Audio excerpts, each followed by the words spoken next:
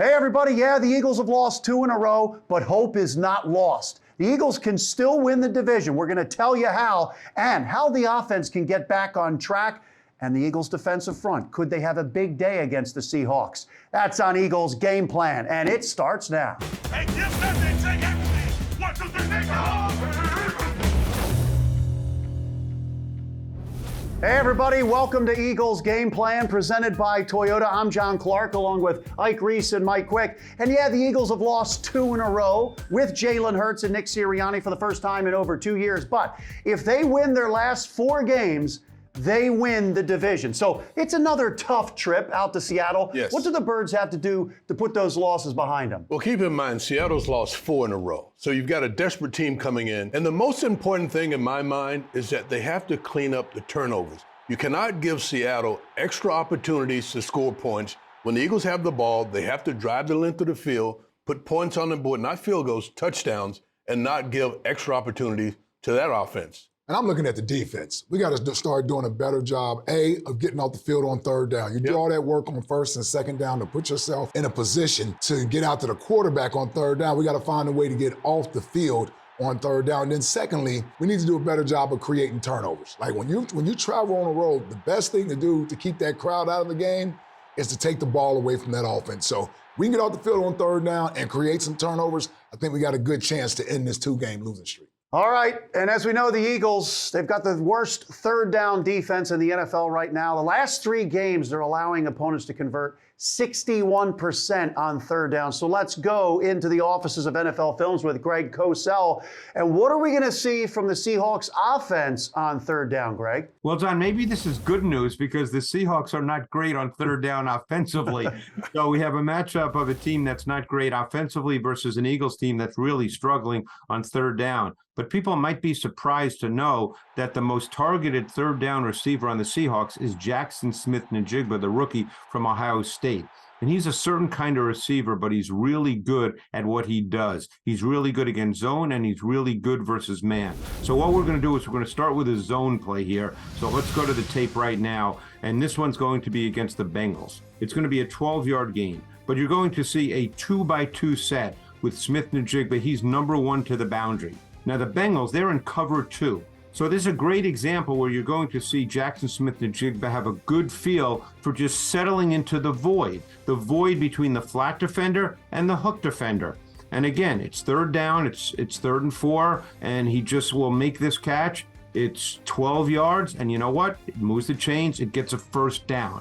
He's very good at understanding voids. Now, the second play we want to show is going to be against man coverage, against the Cowboys. Okay, this one's going to be for 11 yards. This is also going to be a 2-by-2 set, and he's going to be number 1 to the boundary, but there's going to be some motion here, what we call Zin motion. He's the Z receiver, he moves inside.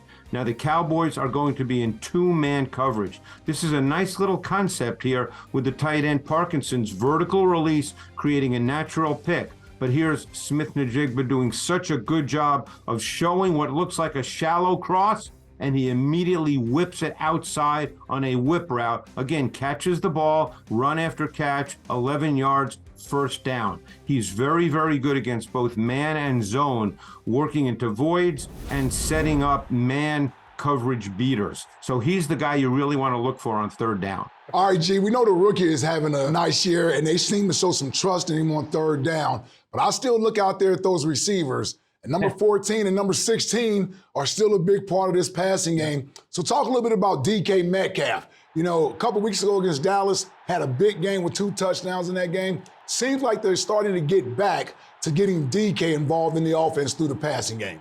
Yeah, and he's predominantly in their offense, the X receiver, the single receiver to the short side of the field, and he can win one-on-one matchups. I mean, there's not many 6'4", 230-pound receivers who can run like he can, and the last thing you want is to get beat over the top. That really, all of a sudden, games change, as you know, Ike, when that happens. So you have to deal with that, and it'll be interesting to see if Slay is the matchup. Maybe they're going to play a ton more zone, which they certainly did this past week, the Eagles. They really cut down on the amount of man coverage snaps that they played. That was one adjustment they made, and they played a ton more zone. But you're right, Metcalf is a guy, you cannot let him be a deciding factor in the game. Greg, I know that in third down, Smith and Jigma is getting the most targets. But when you've got a quarterback like a Geno Smith and you've got all of these weapons, how do you account for all of these guys and his ability to spread the ball around? Yeah, and that's a great point, Q. And the thing is they're a team that plays out of both multiple tight end personnel, 2 and 3 tight ends, and 11 personnel with 3 wide receivers. And they're trying to find their own balance as to how they want to do that best. But there's different concepts, Q, out of multiple tight end sets versus 3 wide receiver sets. So they have an offense where different guys have different roles, and you have to be prepared defensively, when they're in multiple tight ends. Hey, we're going to predominantly get this, as opposed to 11 personnel, we're going to probability-wise and tendency-wise get this. That's the challenge for Sean Desai and the Eagles defense in this game, to match up to the personnel and what tendency-wise the Seahawks like to do out of specific personnel packages. All right, Greg, thanks a lot. We will see you later in the show. And one thing, guys, the Eagles' run defense. It was the best in the NFL for a while, but they're giving up a lot on the ground. Yeah. And I know you don't like to see that. And in Dallas, Dallas came out 60 rushing yards in the first quarter. Now, Seattle, they don't run it a whole lot. What do the Eagles have to do to slow down this run in Seattle? Don't overlook this running game. They got Kenny Walker III, second-year player, over 1,000 yards rushing in his rookie season. Banged up a little bit this year, but he was back a couple weeks ago. He still has the ability to be an explosive runner. Short in stature, but thick, runs tough, has the ability to make people miss by either being elusive or running through tackles. So the Eagles can't necessarily overlook this Seahawks running game. I know they aren't a predominantly run team like they used to be back in the days with Marshawn Lynch, but they have the ability to do it when you look at Kenny Walker III and the second-round draft pick, Charbonnet. Both of these guys can hurt you if the Eagles aren't disciplined in their run fits. They're not guys who are going to be very elusive. They're not these guys that can run all over the field, but they're one-cut, downhill type of guys. It's going to be so important that the Eagles have all their run fits in place. The guys up front, it's one thing for them to do their job, but you have to have those second-level guys, the linebackers, the safeties. When they're responsible for run fits, they have to make sure that they get those hats in those gaps and slow down this running attack and force them to be one-dimensional. That's where you want to get Seattle. Hey everybody, welcome back to Eagles Game Plan presented by Toyota. And the Eagles have had slow starts offensively. They've gotten down by a touchdown or more at halftime the last 4 games. Let's go back to the offices at NFL Films. Greg Cosell standing by. And Greg, one thing you don't want to do on the road at Seattle is trail again, right? No, you don't. And the one thing this Eagles offense does not want to do now is get to 3rd and long. We used to see Jalen Hurts make a ton of plays on 3rd and long. He actually made one last week, a phenomenal play to Smith. But you don't want to get in that situation. When you do, what the Seahawks will do is they will play dime. They get a lot of athletes on the field, 6 defensive backs, and they do what a lot of teams do now. They line up, as we're going to go to this sack, in what we call a loaded front. So you're going to see 3 defensive linemen to one side of the offensive center. And what they do is they bring Bobby Wagner very often up as a stand-up 3 technique opposite the load, okay? And what this does is it basically eats up the backside guard. But what they're going to do here is they're going to run basically a long TT stunt. And this is a really cool play, and it's something the Eagles are going to have to be aware of. This is a mental thing as well as a physical thing. So what Wagner's going to do, he's going to be the looper, and he's going to work behind Reed and Leonard Williams, okay? And Williams has been there for about a month and played really well. And this is really well executed, puts tremendous pressure on the right guard here, who has to recognize it, and he recognizes it too late. Wagner's able to get in clean, forces Brock Purdy to move, and Leonard Williams cleans it up for this sack. And these are the kinds of things they're going to get from a pressure standpoint. They're going to get some stunts. They're going to get loaded fronts. This is all going to happen on 3rd down. Okay, G, I'm looking at this pass defense, right? Now, these guys won't be confused for the Legion of Boom. And there's some opportunities in the passing game. They still love to run that single high cover 3 type of defense where they'll use multiple safeties out there. If the Eagles can protect, there's some opportunities in the passing game that we could take advantage of. Talk a little bit about that personnel that Seattle likes to use when they're using those multiple safeties out there. Yeah, this is a game you'd love to see the Eagles be able to get well this week because this game presents those kinds of opportunities. The Seahawks do not play a lot of man coverage because they just can't match up with certain people. So they play a lot of zone. They still play a lot of cover three, as you said. They'll play a lot of too high as well. And in zone, as you know, Ike, you can still attack individuals in zones. People think maybe you can. You can. There will be opportunities, and now it comes down to the scheming, the route concepts, how you can break down zone coverage. That's going to be critical in this game for the Eagles pass game. Well, gee, when they get into these sub packages, I think they do a really nice job with the rookie Devin Witherspoon. And you talk about all these guys at the line of scrimmage. Well, there are many times that he's going to be a rusher. He has 3 sacks on the season. Talk about the importance of protection and the communication up front when you've got this type of front looking at. Yeah, the thing, too, is Witherspoon, when they go to their sub packages, whether it's a nickel or dime, Witherspoon is the slot corner. He's a really good blitzer, Q, as you just suggested. And they also, Bobby Wagner's been doing this a long time. He's a good blitzer as well. Brooks, the other linebacker, he'll blitz as well. So they do bring pressure, and they bring pressure from the second and third levels. Even Jamal Adams, that may be one of the things he does best is blitz. So you do have to be aware of it. Then it comes down to how well they can disguise it, because obviously, if they don't disguise it well, the Eagles can pick it up. All right, Greg, yes, Seattle, they may have lost 4 in a row, but they're a little different when they play at home. They're 4-2 at home this year, so this is not going to be easy. Thanks for your time, Greg. All right, guys, thanks. Talk to you next week. All right, we just saw Brock Purdy throw for a career-high 368 against the Seahawks, and then they had 173 rushing yards against that Seattle defense. Do you see this as an opportunity? Eagles got their running game going again in Dallas. Yeah, I think they can run the ball against this defense. It's not one of these defenses where you got big guys that are twitchy. This is an offensive line that I think matches up really well with that defensive front. I think they can create run lanes, and you got to stick to the downhill run game because I think that's where they're going to win. They've got these big safeties in the back end, but they're not great in space. I think you can run the ball against this defense. And some of our perimeter runs, I think, will certainly work. You get big guys up front like Seattle has. My idea would be to try to get these guys to go east and west. Yeah. Get them running sideways, let DeAndre, Kenny G, or whomever is running the football find that lane, put that 1 foot in the ground, and then get upfield. But trying to run straight at them almost plays right into their hands. You can get them moving east to west a little bit. There's going to be some opportunities to find running lanes. I love the way Stoutland schemes up the runs. They get a lot of really cool blocking angles on the defensive front, and that's going to be really key to opening up the lanes and getting these running backs downhill. Hey everybody, welcome back to Eagles Game Plan presented by Toyota. One thing you've seen the Eagles do in the past is that pass rush works in concert with the coverage on the back end. With an in-depth analysis on that, let's dive deep with Fran Duffy, tape study presented by Chickies and Pete's.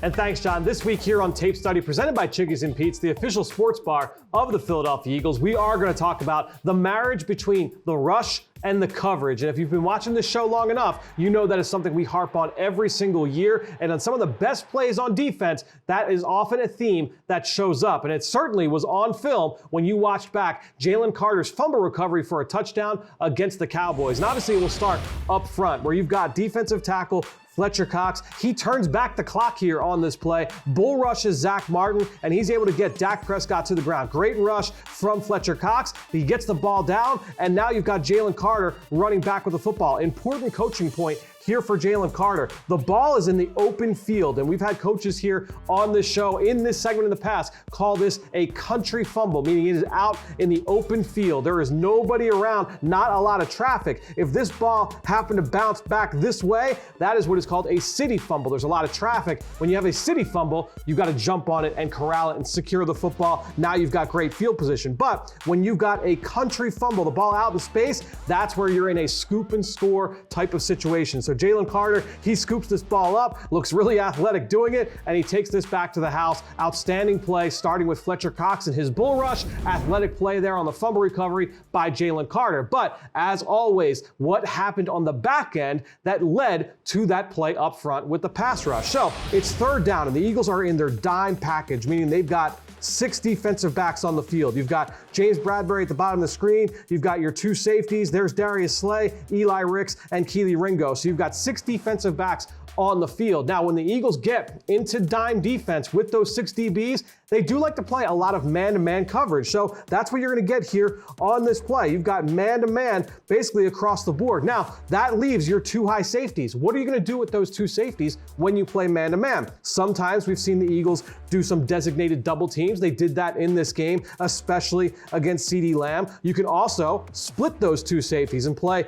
what is called 2-man coverage, where you've got 2 high safeties splitting the middle of the field, and then you've got aggressive man-to-man defense underneath. Here on this play, they do what is called cover 1 robber, where you're going to take Sidney Brown. He is going to play in the post as a single high safety. Then you're going to take Kevin Byard. He's going to rotate down into the middle of the field as a robber defender. He is going to rob or take away any middle of the field routes. And the Cowboys, they did a lot of work in the middle of the field in the last game at Lincoln Financial Field back in week 9. So this was a really good coverage call by Sean Desai and the defense to take away the middle of the field. Now, you'll see here on this play, Darius Slay is matched up on CeeDee Lamb in the slot, and Lamb is going to take this vertical and cross the field. He is going to approach the middle of the field, and watch Kevin Byard here. He's got eyes on CeeDee Lamb as he approaches the middle of the field. So now this is going to be Byard's man. He's going to pick up that route from CeeDee Lamb, and now it is going to be Darius Slay who becomes the robber. Look at Darius Slay's eyes.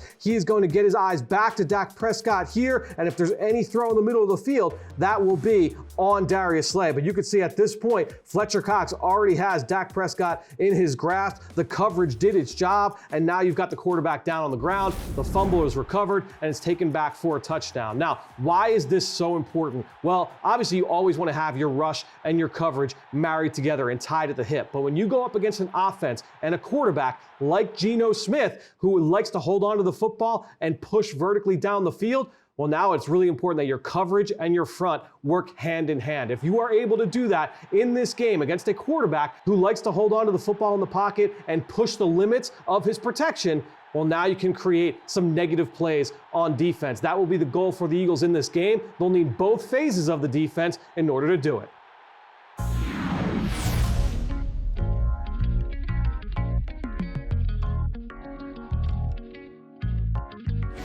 Welcome back to Eagles Game Plan, presented by Toyota. This is the final Eagles plane trip way out west here. Good. And now, like Quick says, good. Long flights back. All right, so it is call your shot. Rough couple weeks maybe for you guys in calling your shot, but I think you get back on track this week. I do. I get back on track. Listen, Geno Smith, their quarterback, he's going to be under siege. The Eagles' defensive front will record 5 sacks in this game. And the pressure on Geno Smith, their quarterback, that's going to be the difference in this game. 5 sacks, I like that. 5 sacks. Just going defense. Yeah, and I'm going back to the offensive side of the football. Switching Listen, up, wow. QB1, he's due for another big game, right? And I think this is the right defense for him. Now, in weeks past, I've stuck to more passing touchdowns, but I correct it this time. He's going to have 4 total touchdowns this week versus the Seahawks. I think the offense puts up big numbers, and it starts with number 1 under center. Love it. I love it. And you know what? The last 4 weeks, the offense, obviously, a touchdown or less in the first half. I think they go right down the field, opening drive, and score a touchdown in Seattle. Ooh, Clark's calling you. Quiet to 12 a little bit. I'm John Clark. He is Ike Reese. He's Mike Quick. Thanks for watching Eagles Game Plan. Enjoy the game against the Seahawks. Eagles Game Plan is brought to you by Pepsi. 0 sugar. 0 never tasted so good. That's what I like. Toyota, your local tri-state Toyota dealers. Proud automotive partner of the Philadelphia Eagles. NovaCare Rehabilitation, the power of physical therapy.